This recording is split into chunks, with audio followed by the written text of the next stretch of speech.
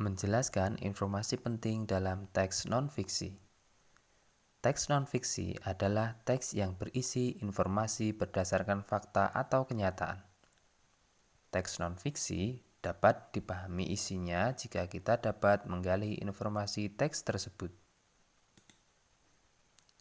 Menentukan ide pokok dalam teks non-fiksi. Ide pokok teks adalah inti permasalahan dari suatu teks. Ide pokok berisi gagasan dasar mengenai suatu hal atau kejadian yang ingin disampaikan oleh pembuat teks. Untuk dapat menentukan ide pokok teks, kamu perlu membaca teks dengan seksama. Menentukan ide pokok dan informasi yang didengar. Untuk menentukan ide pokok dan informasi penting, kamu dapat memperhatikan hal-hal berikut.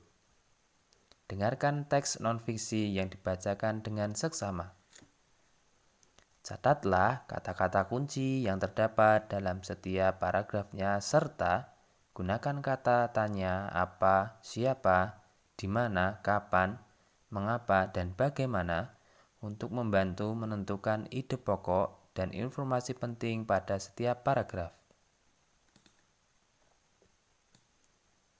Membuat ringkasan teks non-fiksi.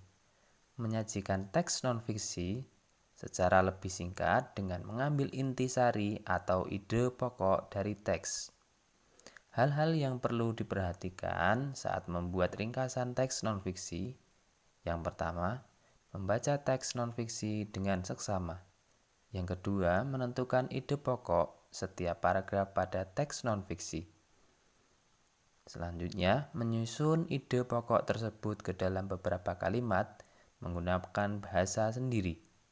Dan yang terakhir, memperhatikan pemilihan diksi dan ejaan sesuai dengan EYD. Menguraikan informasi penting dalam bentuk peta pikiran. Peta pikiran merupakan suatu cara mencatat kreatif dan efektif yang disajikan secara ringkas. Peta pikiran biasa disajikan berbentuk cabang seperti pohon. Untuk menguraikan informasi menggunakan peta pikiran, kamu perlu menentukan ide pokok setiap paragraf dari teks yang disajikan dan membuat daftar pertanyaan untuk membantu menentukan informasi dalam teks.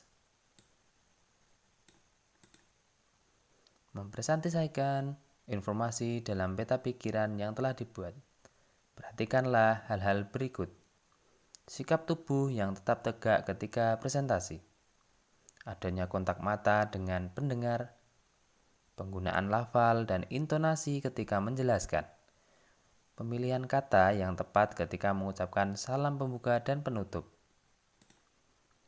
Mengembangkan ide pokok menjadi kalimat utama. Yang pertama, membaca teks fiksi dengan seksama. Yang kedua, menentukan ide pokok dari teks non-fiksi. Yang ketiga, membuat kalimat baru yang berisi ide pokok tersebut menggunakan bahasa sendiri. Yang terakhir, menggunakan diksi dan ejaan yang tepat saat mengembangkan ide pokok menjadi kalimat-kalimat utama. Mengembangkan ide pokok menjadi paragraf non-fiksi. Berikut hal-hal yang perlu dilakukan untuk menulis paragraf non-fiksi dari ide pokok teks. Pertama, menentukan topik yang akan dikembangkan. Membuat daftar kosakata sebanyak-banyaknya. Membuat kalimat utama dengan mengembangkan ide pokok. Mencari informasi tambahan dari berbagai sumber. Menyusun kalimat utama dan kalimat penjelas sesuai urutan sehingga menjadi sebuah paragraf non-fiksi yang padu.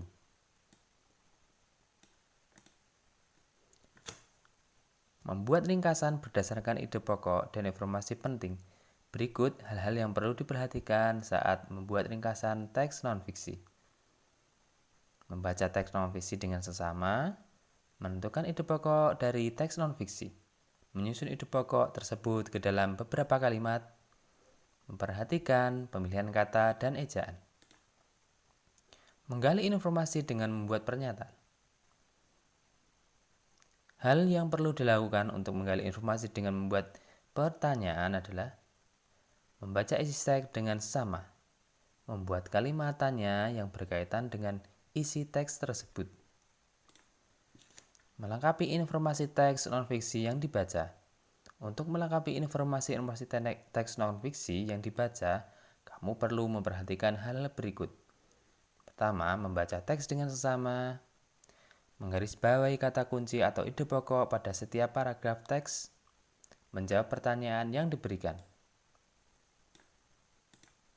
menemukan makna kosakata serta melengkapi peta pikiran. Kosakata dapat dicari maknanya dalam Kamus Besar Bahasa Indonesia. Informasi yang sudah ditemukan dapat diringkas dan menggunakan peta pikiran. Peta pikiran dapat disajikan dengan cara yang kreatif dan menarik. Mencari dan menyimpulkan informasi penting teks non-fiksi.